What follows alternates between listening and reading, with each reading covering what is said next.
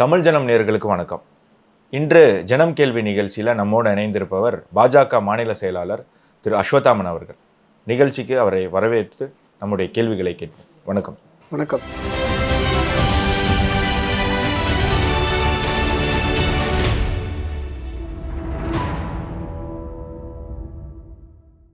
போன வாரம் 2-3 நாள் மொபைல்லாம் சுவிட்ச் ஆஃப், உங்களை காண்டாக்ட் பண்ணவே முடியல. என்ன சம்பவம், என்ன ஆச்சு? நாகூரில் பார்த்தீங்கன்னா 1995 ஆர்டிஎக்ஸ் வெடிகுண்ட ராமாயணம் புத்தகத்தில் அனுப்பி தங்கமுத்து கிருஷ்ணன் ஒரு அப்போ இந்து முன்னணியில் இருக்கார், அவர் கொலை பண்ணணும்னு சொல்லி இஸ்லாமிய வஹாபிய தீவிரவாதிகள் இந்த பார்சல் வெடிகுண்டை அனுப்புகிறாங்க. அது அன்றைக்கி அவர் இல்லை, அவங்க மனைவி அந்த ராமாயண புத்தகத்தை திறக்கிறாங்க. சம்பவ இடத்துலையே அந்த வெடிகுண்டு வெடித்து பீஸாக செதறிடுறாங்க. 4 பொண்ணுங்க அவங்களுக்கு. இந்த 2 பொண்ணுங்க முன்னாடியே அந்த அம்மா இறந்துட்டாங்க. அந்த நினைவு அனுசரிப்பு அப்படிங்கிறது 29 ஆண்டுகளாக அதை நான் போய் கலந்துக்கிட்டது 29வது ஆண்டு நடந்து கொண்டிருக்கிறது. போன வருஷத்துலேருந்து அது நடக்கக்கூடாது அப்படின்னு சொல்லி தமிழக அரசும் காவல்துறையும் விரும்புகிறது. போன வருஷம் போய் கலந்துக்கிட்டவங்க, கெஸ்ட்டாக கலந்துக்கிட்டவங்க இரவோடு இரவாக கைது செய்யப்படுறாங்க. இந்த வருஷம் நான் கெஸ்ட்டாக போகிறேன். இந்த வருஷம் அந்த நிகழ்ச்சி நடப்பதற்கு தடை விதிக்கப்படுகிறது. 3ஆம் தேதி நடக்க வேண்டிய நிகழ்ச்சி 7ஆம் தேதி நடக்கும். அதாவது உயர்நீதிமன்றத்தில் போய் அனுமதி வாங்கிக்கிட்டு அதுக்கப்புறம் அந்த நிகழ்ச்சி நடத்தப்படுகிறது. அதில் நான் பேசுனதுக்கு எஃப்ஐஆர். இதில் என்ன ஒரு விசித்திரம் அப்படின்னு சொன்னால், இப்போ பாருங்கள், கபிலன் கைது செய்யப்பட்டிருக்கார். வட சென்னை மேற்கு மாவட்ட தலைவர், எங்களுடைய மாவட்ட தலைவர். நாங்கள் எங்களுக்கு ஓட்டு போட்ட மக்களுக்கெல்லாம் நன்றி தெரிவிக்கிறதுக்கு மாநிலம் முழுவதும் நன்றி அறிவிப்பு கூட்டங்களை நடத்தி கொண்டிருக்கிறோம். அதில் ஒரு மாவட்ட தலைவர் அவர் பேசுனதுக்கு எஃப்ஐஆர் இப்போ கைது பண்ணப்பட்டிருக்கிறார். என் மீது போடப்பட்ட எஃப்ஐஆர் என்ன கண்டென்ட்னே இல்லை சார். இப்போ நீங்கள் இருக்கீங்க, உங்கள் மேலே ஒரு எஃப்ஐஆர் போடுறாங்கன்னா நீங்கள் இந்த செயலை செய்கிறீங்க, இந்த செயலை செஞ்சதுனால இந்த அஃபென்ஸ் மேட் அவுட் ஆகுது அப்படின்னு. ஆனந்த் ரோட்டில் நடந்து போனார், அதுக்காக எஃப்ஐஆர்னு சொல்ல முடியுமா? ஆனந்த் ரோட்டில் நடந்து போனார், அதனால் பல பேருடைய மனது புண்பட்டுருச்சு, பொது அமைதிக்கு குந்தகம் விளைவிச்சிட்டிங்க அப்படின்னு சொல்ல முடியுமா? எந்த விதத்தில் நீங்கள் ஏற்படுத்தினீங்கன்னு சொல்லணும்ல. அவங்களால சொல்ல முடியல, வெறும் அப்படியே போடுறாங்க. இவர் பேசினார், மற்றவங்க எல்லாருடைய பேசினையும் போட்டு இவங்கெல்லாம் பேசுனதுனால பொது அமைதிக்கு குந்தகம் விளைவிக்குது அப்படின்னு சொல்லி ஒரு எஃப்ஐஆரை போடுறாங்க. நாங்கள் உயர்நீதிமன்றம் போனோம். உயர்நீதிமன்றத்தில் நாட்டு அரெஸ்ட் கொடுத்துட்டாங்க. அதாவது கைது செய்வதற்கு தடை கொடுக்கப்பட்டு இப்பொழுது ஜாமீனும் வழங்கப்பட்டு விட்டது.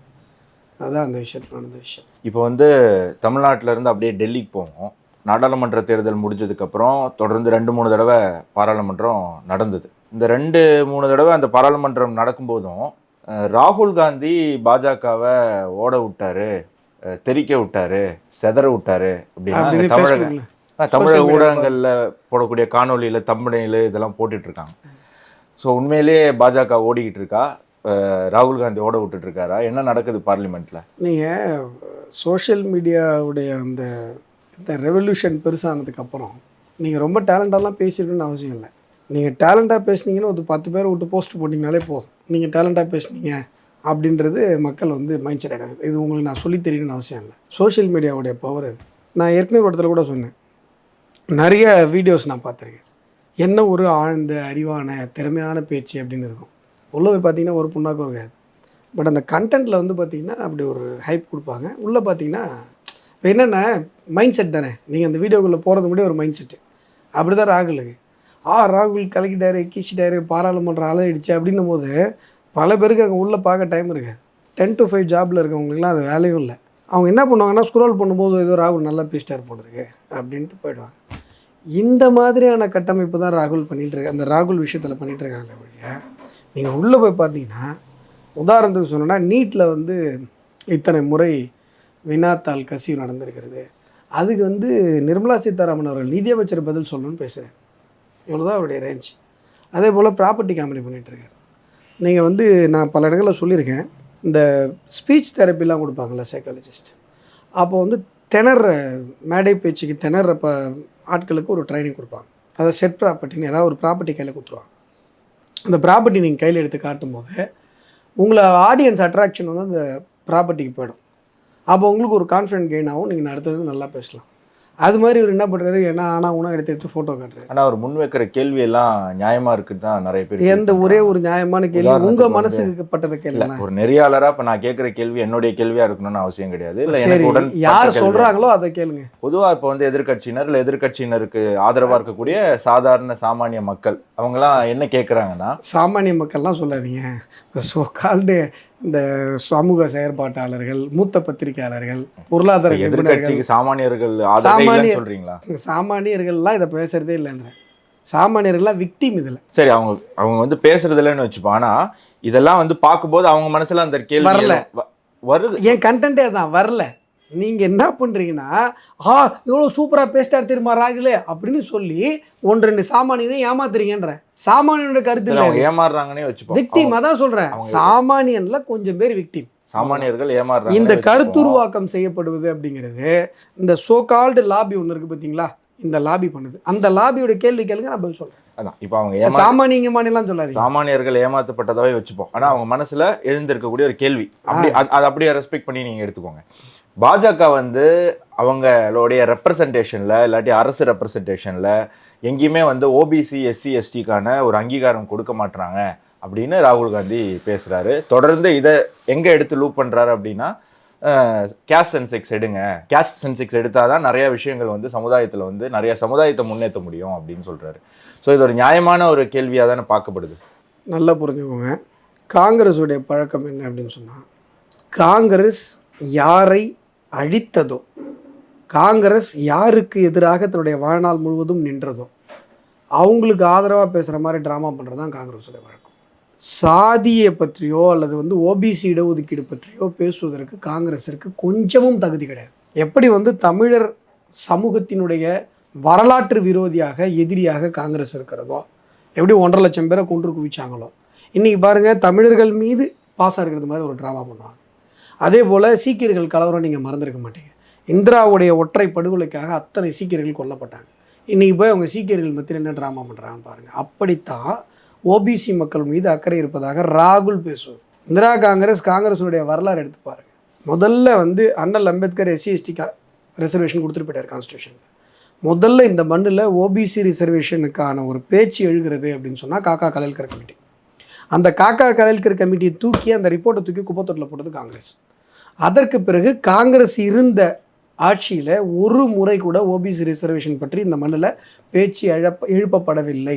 மொராய் தேசாய் அரசாங்கத்தில் பாரதிய ஜனதா கட்சியுடைய ஆதரவு பெற்ற அரசாங்கத்தில் தான் முதல்ல மண்டல் கமிஷன் அமைக்கப்படுகிறது. அதற்கு பிறகு மறுபடியும் காங்கிரஸ் வருது, மண்டல் கமிஷன் ரிப்போர்ட்டை செயல்படுத்தலை.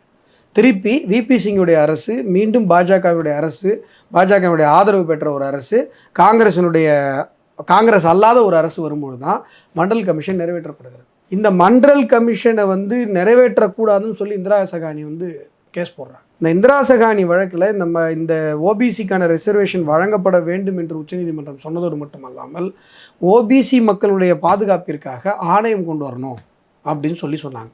இந்த ஆணையம் இருக்கு இல்லையா, எப்போ 93 நினைக்கிறேன், என்னுடைய நினைவு சரியாக இருந்தால் இந்திரா சகானி ஜட்ஜ்மெண்ட். அப்போயிலிருந்து நரேந்திர மோடி அவர்கள் வருகிற வரை இந்த பற்றி யோசிக்கவே இல்லை. ஓபிசிக்கு ஒரு ஆணையம், அதாவது எஸ்சி எஸ்டிக்கு எப்படி ஒரு ஆணையம் கான்ஸ்டிடியூஷனல் அத்தாரிட்டியோடு இருக்குதோ அப்படி ஒரு ஓபிசிக்கான ஒரு ஆணையம்ன்றது மோடி தான் கொண்டு வந்து கொடுத்தாரு. எப்போது நீங்கள் இடபிள்யூஎஸ்னு எல்லாம் கதறாங்கல்ல, 103 இடபிள்யூஎஸ் 103வது சட்ட திருத்தம்னா 102வது சட்ட திருத்தம் இந்த ஓபிசிக்கான ஆணையத்திற்கான கான்ஸ்டிடியூஷனல் அத்தாரிட்டி வழங்குவதற்கான சட்ட திருத்தம், அரசியலமைப்பு சட்ட திருத்தம். நான் இப்போ இந்த மேல்பாதி கோயில் பிரச்சனைக்கும் என்எல்சி நில பிரச்சனைக்கும் தேசிய பிற்படுத்தப்பட்ட ஒரு ஆணைய தலைவர் இங்கே சென்னைக்கு வர வச்சு நான் விசாரிக்க வச்சேன். ஏன் அப்படின்னு சொன்னால், அந்த கான்ஸ்டிடியூஷனல் அத்தாரிட்டியும் மோடி கொடுத்துருக்கிறார் அந்த ஆணையத்திற்கு. அவங்களால எந்த அதிகாரியும் கூப்பிட்டு கோர்ட் மாதிரி விசாரிக்க முடியும் அப்படின்னு சொல்லி இந்த சட்டத்திருத்தம் சொல்லுகிறது. இப்போது நான் சொல்கிறேன், இந்த ஓபிசி மக்களுக்கான இந்த இடஒதுக்கீடு மற்றும் உரிமை சம்மந்தப்பட்ட விஷயத்தில் காங்கிரஸ் ஆரம்பத்திலிருந்து துரோகம் மட்டுமே செய்து வந்திருக்கிறது. மத்திய மருத்துவ தொகுப்பு ஒதுக்கீடு இருக்கு இல்லைங்களா, அதில் வந்து எஸ்சி எஸ்டிக்கான ரிசர்வேஷனை உச்சநீதிமன்றம் வழங்கும் பொழுது இதோட நிப்பாட்டிக்கோங்க, நீங்கள் தயவு செஞ்சு ஓபிசிக்கு கொடுத்துடாதீங்கன்னு சொல்லி உச்சநீதிமன்றத்தில் ஆர்கியூ பண்ணது காங்கிரஸ். ஒட்டுமொத்த வரலாற்றுலையுமே நீ ஓபிசிக்கு துரோகம் மட்டும்தான் பண்ணியிருக்கிறேன். சாதிவாரி கணக்கெடுப்புன்னு இப்போ நீ சொல்கிறல்ல, சாதிவாரி கணக்கெடுப்பு உன்னுடைய ஆட்சி நடத்தப்படுத்தியா வெளில விடலை. அன்னைக்கு எடுத்த 2013 எடுத்த ஒரு 13 வெளியிட நடத்தப்பட வேண்டிய ஒரு கணக்கெடுப்பினுடைய முடிவை இப்போ வெளியிட சொல்கிறேன். அது ஏதாவது அறிவுக்கு உகந்ததாக இருக்குமா? அது அப்போ இருக்கிற மக்கள் தொகை என்ன, இப்போ இருக்கிற மக்கள் தொகை என்ன? இப்போ கூட நான் சொல்கிறேன் சார், நீங்கள் வந்து சாதிவாரி கணக்கெடுப்பை ஆதரிப்பதாக காட்டிக்கொள்ளுபவர்கள் என்பிஆர் ஏன் சார் எடுத்தீங்க? நேஷ்னல் பாப்புலேஷன் ரிஜிஸ்டர் ஏன் எடுத்தீங்க? உங்களை பொறுத்த வரைக்கும் மக்கள் தொகை கணக்கெடுப்பே எடுக்கிறதுக்கு நீங்கள் அலோவ் பண்ணக்கூடாது, அலோவ் பண்ணலை, எதிர்க்கிறீங்க. அப்புறம் where is the question of ஜாதிவாரி கணக்கெடுப்பு? ஆனால் ஓபிசி மக்களுடைய தாக்கம் அதிகமாக இருக்கக்கூடிய ஹரியானா, மகாராஷ்டிரா இந்த 2 மாநிலமும் அடுத்தது தேர்தலில் சந்திக்க போகுது. இந்த 2 மாநிலத்திலையுமே காங்கிரஸுக்கு தான் அப்பர் ஹேண்ட் இருக்குது அப்படின்னு பெருவாரியான கருத்துக்கள் வருது. அரசியல் விமர்சகர்கள் சொல்லிட்டு இருக்காங்க. ஏன் பாஜகவுக்கு ஆதரவாக இருக்கக்கூடிய சில பத்திரிகைகளும் ஸ்வராஜ்யா போன்ற பல பத்திரிகைகளும் ஹரியானாவில் காங்கிரஸுக்கு தான், அவங்க தான் முன்னேறி இருக்காங்க அப்படின்னு சொல்கிறாங்க. ஸோ இந்த 2 மாநிலமும் ரொம்ப முக்கியமான ஒரு ஸ்டேட் உங்களுடைய. ஏன்னா நடந்து முடிந்த நாடாளுமன்ற தேர்தல் பாஜகவுக்கு நீங்கள் என்னதான் இல்லைன்னு சொன்னாலும் ஒரு வீழ்ச்சி தான். ஏன்னா போன தடவை 300 சரிவு, ஒரு 300 தொகுதிகள் ஜெயிச்சிங்க. இந்த தடவை 241 தொகுதிகள் ஜெயிச்சிருக்கீங்க. ஸோ சரிவு தான். காங்கிரஸுக்கு அதே நேரம் அது ஒரு அப்பர் ஹேண்டுன்னு தான் சொல்லணும். ஏன்னா அவங்க 50லேருந்து 99 வராங்க. ரொம்ப ஃபெயில் ஆகிட்டே இருந்த ஸ்டூடெண்ட் திடீர்னு 99 வராங்க. ஏன் ராகுல் காந்தி அவர் இருந்த 2 தொகுதியிலையுமே பயங்கர ஓட்டு வித்தியாசத்தில் ஜெயிக்கிறாரு. ஸோ அவர் வந்து பயங்கரமாக இப்போ வந்து ஒரு உணர்ச்சியாக உற்சாகமாக இருக்கார். இந்த நேரத்தில் மகாராஷ்டிராவும் ஹரியானாலையும் நீங்கள் திருப்பி ஒரு பேட் பர்ஃபார்மன்ஸ் பண்ணீங்க அப்படின்னா பாஜகவோட எதிர்காலமே ஒரு கேள்விக்குறியாக இருக்கு. இல்லை, என்ன பேட் பர்ஃபார்மன்ஸ்? அங்கே வந்து நீங்கள் ஆட்சியை தக்க வச்சுக்க முடியல. ஏன்னா 2 மாநிலமும் பாஜக ஆட்சி பண்ணுது. அந்த 2 மாநிலத்திலையும் பாஜக தோல்வி, காங்கிரஸ் ஆட்சி வரும். நான் என்ன சொல்கிறேன், ஒரு இஃப் கண்டிஷன் போட்டு நீங்கள் ஒரு ஹைப்போதட்டிக்கலாக ஒரு கொஸ்டின் கேட்கும்போது அதுக்கு என்ன ஆன்சர் பண்ண முடியும்? இல்லை, தேர்தலுக்கு முன்னாடி அப்படி தானே கேட்க முடியும். என்ன கருத்து? இப்போ நான் என்ன சொல்கிறேன், தேர்தலில் தோல்வி அடைவதற்கான கூறுகள் இருப்பதாக சோ கால்டு என்ன சொல்கிறது அரசியல் விமர்சகர்கள் சொல்கிறாங்க, பாஜக ஆதரவு அரசியல் விமர்சகர்கள் சொல்கிறாங்க அப்படின்னு சொல்கிறாங்க. கரெக்ட். தேர்தலுக்கு முந்தைய கருத்து கணிப்பில் எல்லாருமே பாஜக எப்படி ஜெயிக்கும்னு சொன்னாங்க? 400, 300, 350. சரியா? அதனால் கருத்து கணிப்புகளை வச்சுட்டு ஒரு முடிவுக்கு வர முடியாது. ஒன்று. இன்னொன்று, எல்லா நேரமும் ஓட்டு கணக்கு, அரசியல் கணக்கை மட்டுமே வச்சுட்டு அரசியல் பண்ணுற கட்சி பாரதிய ஜனதா கட்சி கிடையாது. எப்போ பாரு நான் ஓட்டு கால்குலேஷன். இப்போ காங்கிரஸ்லாம் வந்து பார்த்திங்கன்னா பாகிஸ்தான் எல்லையிலேருந்து குண்டு வருதுன்னு வைங்களேன், உடனே இங்கேருந்து திருப்பி நம்மளுடைய இராணுவ வீரர்களால் சுட முடியாது. அவங்க கேட்கணும், அமைச்சர்கிட்ட கேட்கணும். அமைச்சர் வந்து இத்தாலிக்காரங்க இருப்பாங்களே, அவங்க பேர் என்ன, சோனியா மாட்டை, அவங்ககிட்ட கேட்பாங்க. உடனே அவங்க வந்து என்ன பண்ணுவாங்கன்னா, ஏதாவது எலெக்ஷன் நடக்குதா அப்படி சொல்லி பார்ப்பாங்க. அந்த எலெக்ஷன் நடக்கிற ஸ்டேட்டில் முஸ்லீம்ஸ் ஓட்டு எந்த அளவுக்கு இருக்குது அப்படின்னு சொல்லி பார்ப்பாங்க. எல்லாத்தையும் பார்த்துட்டு தான் திருப்பி சுடலாமா வேணாமா அப்படின்னு சொல்லி முடிவெடுத்து இங்கேருந்து சொல்லுவாங்க. அது உள்ள அங்கே 10 பேர் செத்து போயிருப்பான். புரியுதுங்களா? இப்படி யோசிக்கிற கட்சி பாஜக கிடையாது. நாங்கள் ஓபிசி மக்களுக்கான உரிமையை சரியாக கொடுக்கறதுல எங்களுடைய வரலாற்றை எடுத்து பாருங்கள், நாங்கள் சரியாக இருந்திருக்கோம். நீங்கள் எந்த மாநிலத்தில் எடுத்திங்கனாலும் ஓபிசி ஒரு டிசைடிங் ஃபேக்டர் தான். இப்போ தமிழ்நாட்டில் ஓபிசி டிசைடிங் ஃபேக்டர் இல்லையா? கண்டிப்பாக எல்லா ஸ்டேட்லேயுமே ஓபிசி டிசைடிங் ஃபேக்டர் தான். ஆனால் ராகுல் மாதிரி இந்த மாதிரி மக்களை வந்து பிரித்தாளுகிற சூழ்ச்சிக்குள்ளே நாங்கள் போக விரும்பலை. நாங்கள் எல்லோருக்குமான ஒரு ஆட்சியை நடத்தி கொண்டிருக்கிறோம். எல்லோருக்குமான வளர்ச்சியை நாங்கள் வந்து கவனம் கொடுத்து கொண்டிருக்கிறோம். எங்களுடைய நோக்கம், எங்களுடைய லட்சியம் எல்லோருக்குமான ஒரு ஆட்சி, அனைவருக்குமான வளர்ச்சி. அதை செய்து கொண்டிருக்கிறோம். அதை மக்கள் புரிந்து கொண்டிருக்கிறார்கள். அது வந்து எலெக்ஷனில் தெரியும். இப்போ நாடு முழுக்க பல இடங்கள்ல. அப்புறம் இன்னொரு விஷயம் நீங்கள் சொன்னீங்க, நான் ஏற்கனவே இந்த உதாரணத்தை எலெக்ஷன் டைமில் சொன்னேன். வந்து எங்களுக்கு ஏற்பட்டது ஒரு சரிவு. அதாவது ஒரு தடவை இருந்தாலே 2வது தடவை ஆன்டி இன்கம்பன்சி வரும்னு சொல்லுவாங்க. நாங்கள் 3வது முறையாக ஜெயித்திருக்கிறோம். இது வரலாற்றில் இதற்கு முன்பாக நடக்காத வருஷத்துல இவ்வளோ சீட்டு யாருமே சுதந்திர இந்தியாவில் கிடையாது. சுதந்திர இந்தியாவில் கிடையாது. நேரு வந்து உட்காரும் பொழுதே பிரதமராக உட்கார்றாரு. அந்த இமேஜோடே தான் வந்து உட்கார்றாரு. நேருவுடைய சாதனையும் நரேந்திர மோடியுடைய சாதனையும் கம்பேர் பண்ணி பார்க்க முடியாது.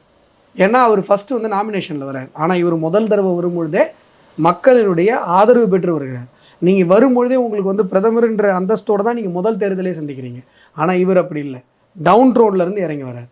அதனால் நரேந்திர மோடி அவர்கள் செய்திருக்கிற சாதனை இந்தியாவினுடைய முதல் சாதனை, உலகத்தினுடைய முதல் சாதனை. 145 எம்பி வச்சுட்டு மன்மோகன் சிங் வந்து பிரதமராக 5 வருஷம் நீடிப்பார். ஆனால் நாங்கள் வந்து ஆஹா நடக்காது அப்படின்ற பேச்சுக்கெல்லாம் இங்கே இடம் கிடையாது. சின்ன வயசில் நான் உதாரணம் பல இடங்களில் சொல்லியிருக்கேன். சின்ன வயசில் நான் ஃபஸ்ட் ரேங்க் எடுப்பேன். இந்த 6வது 7வது டைமில் திடீர்னு 2nd ரேங்க் 3rd ரேங்க் வந்துட்டா எனக்கு ரொம்ப கஷ்டமாக இருக்கும். அப்படியே கண்ணெல்லாம் கலங்கிட்டு ரொம்ப ஸ்ட்ரெஸ்ஸாக உட்காந்துருப்பேன். என் ஃப்ரெண்டு 17 மார்க் தான் எடுப்பான், 12 மார்க் தான் எடுப்பான். அந்த இதில் தேர்தல்னு வருது. அந்த இதில் பரீட்சையெல்லாம் வந்து பார்த்திங்கன்னா 35 எழுதி நான் அவன் சந்தோஷமாக இருப்பான். சந்தோஷமாக இருக்கான்றதுனால 35ன்றது பெரிய மார்க் கிடையாது, தேர்ட் ரேங்க்ன்றது கம்மி கிடையாது. இப்படித்தான் இப்போ நடந்துகிட்டு இருக்கு. அவருக்கே எதிர்பார்க்கலை. வீழ்ந்து போய் கொண்டிருக்கிற ஒரு காங்கிரஸ் திடீரென்று அவங்க வந்து என்ன பண்ணிட்டாங்க, பார்டரில் பாஸ் பண்ணிட்டாங்க. அதுக்காக நீங்கள் பாஸ் பண்ணியிருக்கீங்க. இப்போ தான் எதிர்க்கட்சி தலைவர் ஆகிருக்கீங்க. 10 வருஷம் போராடி இப்போ தான் எதிர்க்கட்சி தலைவராக வந்து உட்காந்துருக்கீங்க. இந்த சத்யராஜ் காமெடி ஒன்று வரும், மணிவண்ணன் வந்து கபி கபி மேரா தில்லு மேனு பாட்டு வருவார்.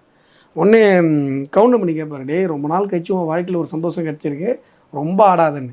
அப்படி தான் இப்போ ராகுல் ஆடிட்டுருக்காரு. இப்போது நாடு முழுக்க பல பகுதிகளில் பாஜகவுக்கு கடந்த நாடாளுமன்ற தேர்தலில் சரிவு ஏற்பட்டிருந்தாலும் பல பகுதிகளில் வந்து அவங்க பெட்டராகவே பெர்ஃபார்ம் பண்ணியிருக்காங்க. அதில் ஒரு மாநிலம் தமிழ்நாடு. அவங்க வந்து முந்தைய தேர்தலை விட பெட்டராக பெர்ஃபார்ம் பண்ணியிருக்கீங்க. இப்போ 2026 தேர்தல் இன்னொரு 1.5 வருஷம் 2 வருஷத்தில் வரப்போகுது. அந்த ஒரு ரைஸ் வந்து உங்களுக்கு நாடாளுமன்ற தேர்தலில் கிடச்சிது.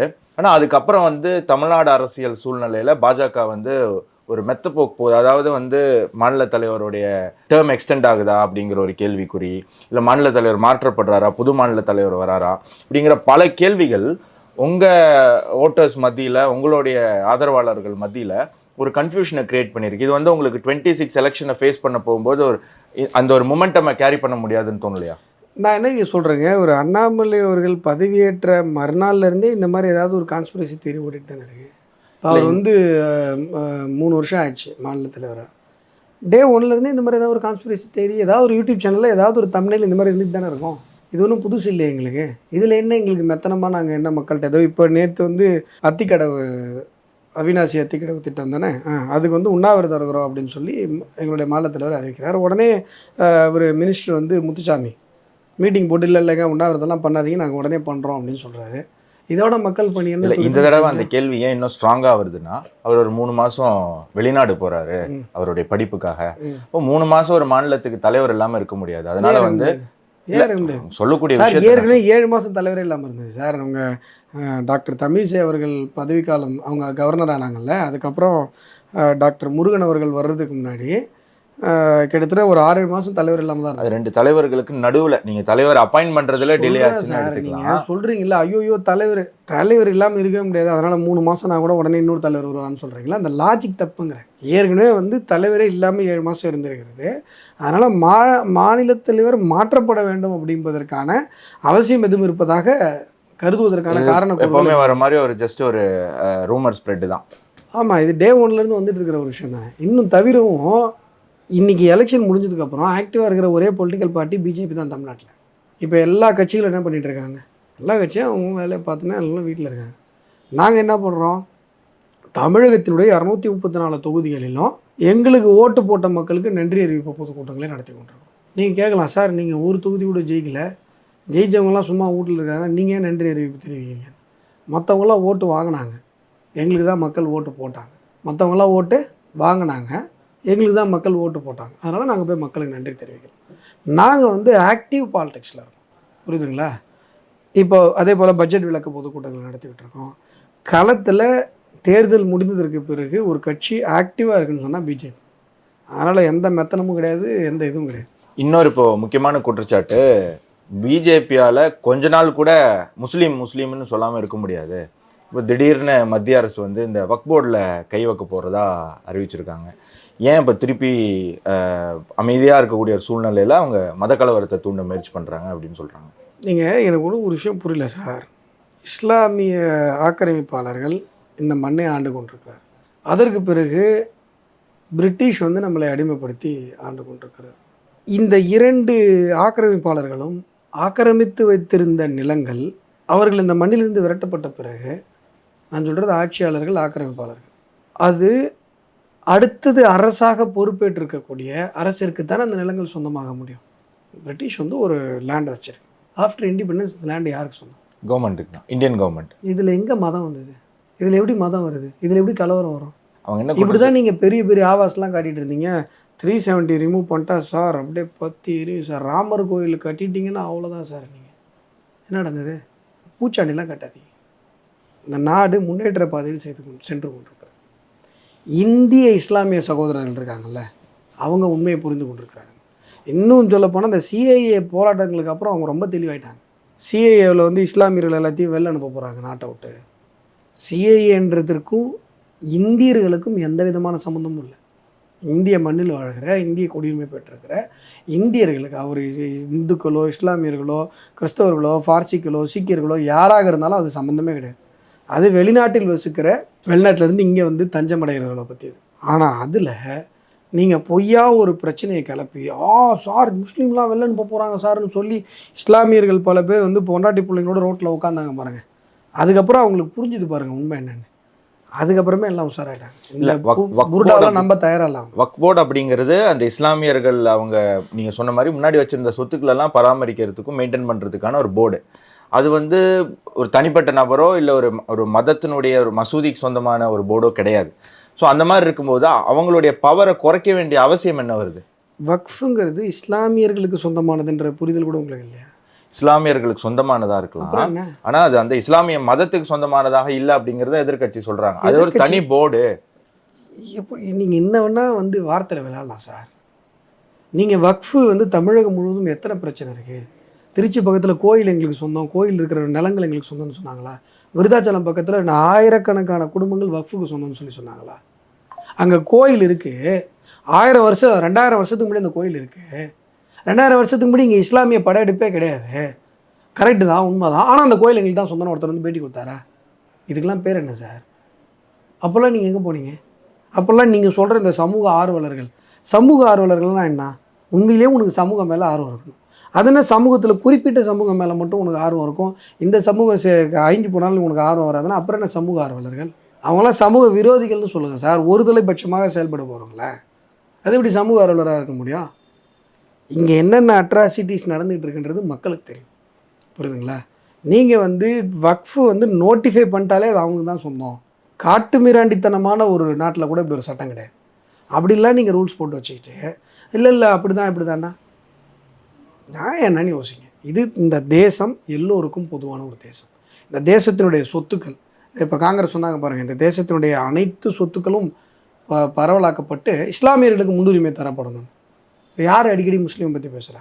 நீங்கள் அதை சொல்லிடுறீங்க. நாங்கள் ஏங்க இது தப்புங்க, இது எப்படிங்க ஒரு நாட்டினுடைய சொத்துக்கள் எல்லாருக்கும் தானேங்க சொந்தம், அது எப்படிங்க குறிப்பிட்ட சமூகத்துக்கு சொந்தம் நாங்கள் சொன்னால் நீங்கள் முஸ்லீமை பற்றி பேசுகிறீங்கன்றீங்க. இந்தியா முழுவதும் இஸ்லாமியர்கள் பலரும் எங்களுக்கு வாக்களித்து கொண்டிருக்கிறார். ஏன்னா இஸ்லாமியர்கள் 2,33,00,000 பேருக்கு நாங்கள் வந்து ஸ்காலர்ஷிப் கொடுத்துருவோம். இஸ்லாமிய பெண்கள் இன்றைக்கு ஹஜ் பயணம் போகிறாங்கன்னா அதுக்கு நரேந்திர மோடி காரணம். இன்றைக்கு முத்தலாக்குன்னு சொல்லி இஸ்லாமிய பெண்களுடைய உரிமை பாதுகாக்கப்பட்டிருக்கிறது அப்படின்னு சொன்னால் அதற்கு பாரதிய ஜனதா கட்சி காரணம். அதனால் இந்த மாதிரி மதச்சாயம் பூசிட்டு எங்கள் எதுவுமே வராது. கோடிக்கணக்கான முஸ்லீம்கள் வந்து பாஜகவுடைய திட்டங்களில் பயனடைஞ்சிருக்காங்கன்னு எடுத்துக்கிட்டால் கூட நீங்கள் முஸ்லீம்கள்கிட்டருந்து வாங்கக்கூடிய வாக்குகள் அந்த கோடியை எட்டுறது கிடையாதுன்னா அதுக்கு வந்து இப்போது தமிழகத்தில் 2 கோடி பேர் முத்ரா கடன் வாங்கியிருக்காங்க. தமிழகத்தில் 2 கோடி பேர் முத்ரா கடன் வாங்கியிருக்காங்க. 2 கோடி பேர்னால் குறைந்தபட்சம் 4 கோடி பேர் பயனாளிகளா? கணவர் வாங்கியிருந்தாருன்னா மனைவி வாங்கியிருந்தா கணவர். ஓட்டு போடுற வயசு இருக்கிற 4 கோடி பேர் ஒரே முத்ரா திட்டத்தில் பயனாளிகள். அந்த 4 கோடி பேர் ஓட்டு போட்டிருந்தா பிஜேபி தவிர வேறு எதை கட்சி வர முடியுமா தமிழகத்தில்? சார் மக்களுக்கு நல்லது செய்கிறது தான் சார் ஒரு அரசாங்கத்தோட வேலை. அதில் ஓட்டு வருது வரல அதை பற்றிலாம் எங்களுக்கு கவலை கிடையாது. இப்போ 2,33,00,000 பேர் டைரக்ட் ஸ்காலர்ஷிப் வாங்கியிருக்காங்க இஸ்லாமியர்கள். நான் சொல்கிறது முத்ரா கடன் திட்டத்தில் எவ்வளோ இஸ்லாமியர்கள் வாங்கியிருக்காங்க, பிரதம மந்திரி ஆவாஸ் யோஜனாவில் எத்தனை இஸ்லாமியர்கள் வாங்கியிருக்காங்க, அந்த கணக்கு இல்லை விவசாயிகள் திட்டம், இந்த மாதிரி எல்லா திட்டத்துலேயும் காமனாக அவங்க அப்படி இல்லை. டைரெக்டாக முஸ்லீம் ஸ்காலர்ஷிப்பு நாங்கள் இவ்வளோ சொல்கிறோம், பிஹெச்டி ஸ்காலர்ஷிப்பு இவ்வளோ சொல்கிறோம், டைரக்ட் டேட்டாவே சொல்கிறோம். அப்போது இது அனைவருக்குமான ஒரு அரசு. அந்த அரசினுடைய நலத்திட்டங்களை மக்களுக்கு புரிய வைக்கிற பணிகளில் நாங்கள் வந்து என்ன பண்ணுறோம், ஈடுபட்டு கொண்டே இருக்கிறோம். இருந்தாலும் உண்மை வந்து ஒரு இடத்துல போய் சேருவதற்கு முன்பாக பொய்யும் புரளிகளும்.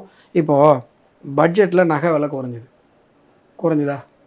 மக்களுக்கு இது இவ்வளோ நல்ல விஷயம். பட்ஜெட்டில் ஏஞ்சல் இன்வெஸ்ட்மெண்ட்டு டேக்ஸே இல்லைன்னு சொன்னாங்க.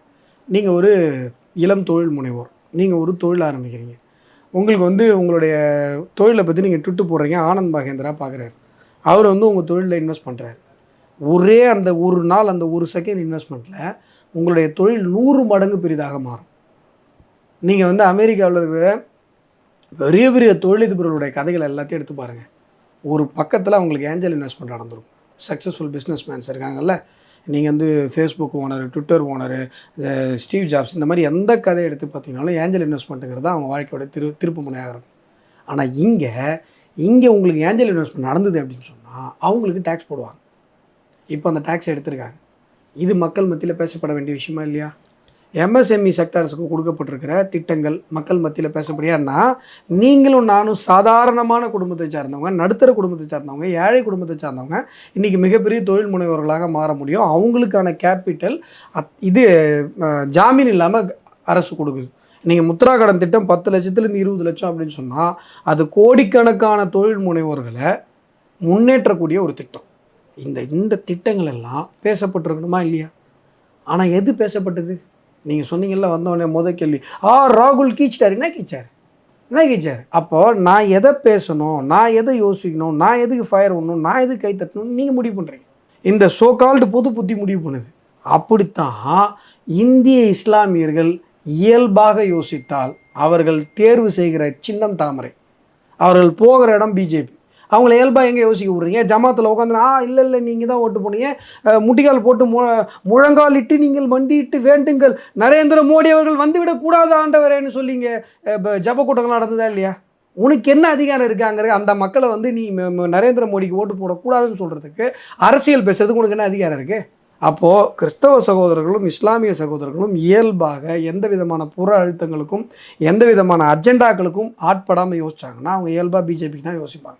இங்கே வந்து வெள்ளிக்கிழமை எலெக்ஷனுக்கு முன்னாடி வர்ற வெள்ளிக்கிழமை நீங்கள் முடிவு பண்ணுறீங்க, ஞாயிற்றுக்கிழமை முடிவு பண்ணுறீங்க, இங்கெல்லாம் போடக்கூடாதுப்பா, சாமி வந்து கண்ணை ஊற்றிடுவார் அப்படின்னு சொல்லி மிரட்டுறீங்க. இதெல்லாம் நடக்கக்கூடாது, இயல்பாக விடுங்க, மக்களாட்சி நடக்கட்டும் தான் நாங்கள் சொல்கிறோம். என்னுடைய நிறைவு கேள்வியாக 2014 நரேந்திர மோடி அவர்களை பிரதமர் வேட்பாளராக அறிவிக்கும் போது ஒரு சின்ன சலசலப்பு கட்சிக்குள்ளே இருந்தது. 14 என்ன அப்படின்னு சொன்னால், அத்வானி வந்து அவர் பிரதமர் வேட்பாளராக வரணும்னு ஆசைப்பட்டார். பட் கட்சி வந்து நரேந்திர மோடியை தேர்ந்தெடுத்தாங்க. ஒரு சின்ன சலசலப்பு இருந்தது அப்படிங்கிறது நீங்கள் இல்லைன்னு சொல்லலாம், மறுக்கலாம். ஆனால் வந்து இது யதார்த்தமான உண்மை. இப்போது பாஜக அந்த ஒரு சூழ்நிலையை நோக்கி போகுதா? ஏன்னா வந்து பல தளத்தில் வந்து வரக்கூடிய தகவல்கள் செய்திகள்லாம் பார்க்கும்போது எப்படி புரிஞ்சிக்க முடியுதுன்னா, நரேந்திர மோடி அவர்களுக்கும் உத்தரப்பிரதேஷ் முதல்வர் யோகி ஆதித்யநாத் அவர்களுக்கும் ஒரு பதவி போட்டி ஒன்று போயிட்டு இருக்கு. அடுத்த பிரதமர் வேட்பாளர் இவங்க 2 பேரில் யார் அப்படின்னு சொல்லி. ஸோ இது உண்மையா? இல்லை உண்மையாக இருந்தால் கட்சியினுடைய நிலைப்பாடு, அவங்களுடைய எதிர்காலம் என்னவா இருக்கும்? அதாவதுங்க, பாஜக என்கிற ஒரு கட்சி, அந்த கட்சியின் மீது 10 வருடங்களை கடந்து இன்றைக்கு 3வது முறை அடுத்த 5 ஆண்டுகளை தன்னுடைய கையில் வைத்துக்கொண்டு மக்களுக்கு சேவை செய்து கொண்டிருக்கிற உலகத்தினுடைய மிகப்பெரிய கட்சி, உலகத்தினுடைய மிகப்பெரிய பவர்ஃபுல் ஒரு தலைவராக இருக்கக்கூடிய நரேந்திர மோடி இப்போது இந்த மாதிரியான ஒரு ஸ்ட்ராங்கான ஒரு நிலையில் இருக்கக்கூடிய, ஒரு சக்திமிக்க நிலையில் இருக்கக்கூடிய ஒரு கட்சியின் மீது அவதூறு சொல்லுவதற்கென்று எந்த விதமான காரணங்களும் உங்களுக்கு கிடைக்கல.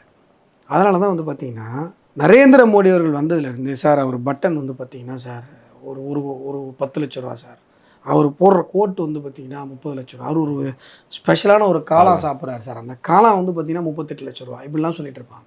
அப்படித்தான் இன்றைக்கு உத்தரப்பிரதேசத்தினுடைய மாபெரும் தலைவராக இருக்கக்கூடிய யோகி ஆதித்யநாத் அவர்களுக்கும் நரேந்திர மோடி அவர்களுக்கும் ஏதோ ஒரு மாதிரி ஒரு பிரச்சனை இருக்கிற மாதிரி. ஏன்னா பாஜக என்பது ஒரு மிகப்பெரிய ஆலமரம், அது மட்டும் இல்லாமல் ஒரு காய்ச்ச மரம் கல்லடி போடுன்ற மாதிரி எதையாவது ஒன்று சொல்லிட்டு தான் இருந்தால் ஆகணும். ஏன்னா அப்புறம் எதிரில் இருக்கவங்களுக்கு பேசுகிறதுக்கு பேசுபொருள் இல்லை. உத்தரப்பிரதேசத்தை பொறுத்தவரை அங்கே நடந்திருக்கிறது எல்லாம் மேஜிக், சாதாரணமான மேஜிக் இல்லை. ஏன்னா உத்தரப்பிரதேசம் என்பது ஏற்கனவே வளர்ந்த மாநிலமாக அறியப்பட்ட மாநிலம் கிடையாது. பொருளாதார ரீதியிலையோ சரி, இல்லை கல்வி ரீதியிலையும் சரி, கல்வி குறியீடு, பொருளாதார குறியீடெல்லாம் நிறைய யோகி அவர்கள் வருவதற்கு முன்பாக ரொம்ப டவுன் டவுனில் இருந்த ஒரு மாநிலம் உத்தரப்பிரதேசம். செக்யூரிட்டியும் அந்த துப்பாக்கி கலாச்சாரம் அதிகமாக இருந்தது, சட்டம் ஒழுங்குன்றதெல்லாம் கேள்விக்கே இடம் கிடையாது. அங்கே வந்து ஃபுல் அண்ட் ஃபுல் ரவுடிசம், அவன் கையில் துப்பாக்கி வச்சுருந்தானுங்க. மக்களால் எந்த விதமான தொழிலையும் செய்ய முடியாத ஒரு சூழ்நிலை. நீங்கள் போய் உத்தரப்பிரதேசத்தில் இன்வெஸ்ட் பண்ணணுன்னா அங்கே இருக்கிற ரவுடிக்கு வந்து கப்பம் கட்டணும். இந்த மாதிரி மோசமான ஒரு சூழ்நிலை இருந்த ஒரு மாநிலம் உத்தரப்பிரதேசம். நான் கூட உத்தரப்பிரதேசத்தை பற்றி பல இடங்களில் பெருமையாக பேசும்போது சமூக வலைதளங்களில் ஊப்பிலாம் வந்து கலாய்ப்பாங்க. பார்த்தீங்களா நல்லா புரிஞ்சுக்கோங்க. 5வது ரேங்க் எடுக்கிற ஒரு பையன், 5வது ரேங்க் எடுக்கிற பையனை ஒரு டீச்சரு 15வது ரேங்க் எடுக்க வைக்கிறாங்க. இன்னொரு டீச்சரு 5 சப்ஜெக்ட்லேயும் ஃபெயில் ஆகிட்டு இருந்த ஒரு பையனை ஃபஸ்ட் ரேங்க் எடுக்க வைக்கிறாங்க. யார் நல்ல டீச்சரு? ஃபஸ்ட் ரேங்க் எடுக்க வச்ச டீச்சர் தான். இப்போ தமிழகம் அந்த முதல் டீச்சர் கையில் மாட்டிருக்கு. 5வது ரேங்க் எடுத்துகிட்டு இருக்கிற தமிழகம் இன்றைக்கி 15வது ரேங்க் போயிடுச்சு. எந்த விதமான இன்வெஸ்ட்மெண்ட்டும் இந்த 3 வருஷத்தில் வரல. இயல்பளவிலேயே தொழில்துறை மிஞ்சி இருக்கிற ஒரு மாநிலம். இன்றைக்கி வெள்ளக்காரன் பீரியட்லேயே வண்ணாரப்பேட்டையும் கோயம்புத்தூரும் பிஸ்னஸ் ஹப் தான். அதற்கு முன்பு உலகத்தினுடைய முதல் அணை இன்றைக்கு கல்லணை கட்டி, இன்றைக்கும் கல்லணை தான், சோழர்கள் கட்டினது தான். இன்றைக்கும் உலகத்தினுடைய முதல் அணை தமிழர்கள் கட்டியது. ஆனால் இதே தமிழ்நாட்டில் தடுப்பணை ஒரு மழைக்கு காணாமல் போகுது. புரியுதுங்களா? ஆனால் உத்தரப்பிரதேசம் டவுன் ட்ரோனில் இருந்து 5 சப்ஜெக்ட்டும் ஃபெயில் ஆகிட்டு இருந்த ஒரு பையன் இன்றைக்கி ஃபஸ்ட் ரேங்க் எடுத்துகிட்டு இருக்கான். அதற்கு காரணமான ஆசிரியர் யோகி ஆதித்யநாத். ரவுடிசத்தை ஒழிச்சு, அங்கே இருக்கிற போதைப்பொருள் கலாச்சாரத்தை ஒழிச்சு, இன்றைக்கி ஒரே டைமில் 33 லட்சம் கோடி இன்வெஸ்ட்மெண்ட்டு உத்தரப்பிரதேசத்துக்கு அவரால் கொண்டு வர முடியும். அங்கே இருக்கிற சாலைகளுடைய பணியாக இருக்கட்டும், அங்கே இருக்கிற கல்வி சம்மந்தப்பட்ட பணியாக இருக்கட்டும், மிகப்பெரிய அளவில் இந்த 23 கோடி உத்தரப்பிரதேசத்துடைய மக்கள் தொகை. நீங்கள் மேற்குலக நாடுகள் வந்து பார்த்திங்கன்னா, இப்போ ஒரு 10 ஆஸ்திரேலியா வரும், ஒரு 15 லண்டன் வரும். புரியுதுங்களா? அவ்வளோ பெரிய மக்கள் தொகைங்க. அப்பேற்பட்ட மக்கள் தொகைக்கு ஒன்றும் இல்லை, இந்த தடுப்பூசி இந்த கோவிட் சமயத்தில் அங்கே இருக்கிற அத்தனை பேருக்கும் தடுப்பூசியை கொண்டு போய் சேர்த்த விதத்தை வேர்ல்டு ஹெல்த் ஆர்கனைசேஷன் பாராட்டியிருக்கிறது. இப்போது பாஜகவினுடைய பலம், நரேந்திர மோடி அவர்கள் போன்ற சக்தி மிக்க உலகத் தலைவர்கள், நரேந்திர மோடி அவர்கள் போன்ற சக்தி மிக்க பிரதமர்கள், யோகி ஆதித்யநாத் போன்ற சக்தி மிக்க தலைவர்கள், சக்தி மிக்க முதலமைச்சர்கள், இவங்க எல்லாருமே பாரதிய ஜனதா கட்சியுடைய பலம். அப்போது நீங்கள் என்ன பண்ணுறீங்க? இதெல்லாம் எங்களுடைய பலம். இதில் ஏதாவது பலவீனத்தை சார் இவங்க 2 பேருக்கும் சாண்டா சார். இப்போது உத்தரப்பிரதேசத்தை இவ்வளவு தூரம் யோகி ஆதித்யநாத் அவர்கள் முன்னேற்றி இருக்கிறார் என்று சொன்னால் அதற்கு காரணம் மத்திய அரசு. அதற்கு காரணம் நரேந்திர மோடி அவர்களும். உத்தரப்பிரதேசம் இந்த அளவுக்கு முன்னேறுகிறதுனா யோகி ஆதித்யநாத் அவர்கள் ஒரு மிக முக்கிய காரணமாக இருப்பதை போன்ற நரேந்திர மோடி அவர்களும் அதற்கு ஒரு மிக முக்கிய சர்க்கார் அப்படிங்கிற எக்ஸாக்ட்லி. அதனால் எங்களுடைய பலம் இது போன்ற மாபெரும் தலைவர்கள். இப்போ இதுதான் எங்களுடைய என்ன சொல்கிறது, காங்கிரஸுக்கெல்லாம் வைத்தறிச்சல் என்னென்னா, அடுத்தடுத்த டென்யூருக்கு இங்கே தலைவர்கள் இருந்து கொண்டே இருக்கிறாங்க. இப்போ காங்கிரஸில் அது மாதிரி சொல்லுங்க பார்ப்போம். இப்போ பிரியங்கா காந்தி வந்திருக்காங்களா? குடும்பத்துக்குள்ளே தான். அந்த குடும்பத்தை விட்டு கூட வெளில போக முடியல உங்களால். அண்ணன் சார், அடுத்து தங்கச்சி சார், அடுத்து நீங்கள் இந்த மாதிரி சொல்லுவீங்கன்னு தான் ராகுல் காந்தி குடும்பமே இல்லை, அவரோடய முடிச்சுக்கிட்டாரு. அடுத்தது அவங்க தங்கச்சி தானே, இன்னொரு குடும்பம் தானே, வாத்ரா குடும்பம் தானே, வதேரா குடும்பம் தானே. ஒரே குடும்பம் கிடையாதுல்ல, அந்த கூட்டுறவங்களுக்கு அங்கே மாறிடுதுல்ல. உங்களால் இனிமேல் அந்த ஒரு நீங்கள் எவ்வளோ கஷ்டப்பட்டு சிரிப்பை அடக்கிட்டு இந்த காமெடி பண்ணுறீங்க தெரியுமா? இங்கே தமிழ்நாட்டில் இப்போ கனிமொழியில் வேற குடும்பமா? கண்டிப்பாக இல்லையா? கருணாநிதி அவங்க குடும்பம் தானே ஏற்றுக்கிறதுக்கு ரொம்ப நாள் ஆச்சு. ஆமாம், எல்லாத்தையும் நீங்களே கலாச்சிட்டா அப்போ எனக்கு நான் என்ன பண்ணல. ப. சிதம்பரமே சொன்னார்ல, நான் வேற என் பையன் வேற, ஒரே குடும்பத்தில் 2 பேருக்கு பதவி தரல, நான் அமைச்சராக இருக்கேன், என் பையன் எம்பியாக இருக்காங்கன்னா அது 2 குடும்பம் தான் அப்படின்னு அவர் 2 தடி கொடுத்தன போயிட்டாரு. ஆமாம், வெரி குட். அப்படியே எப்படி சொல்லிட்டே இருக்கேன். என்னுடைய கேள்விகளுக்கு அனைத்திற்கும் பதிலளித்ததுக்கு மிக்க நன்றி. இன்னொரு நிகழ்ச்சியில் சந்தி. தேங்க்யூ.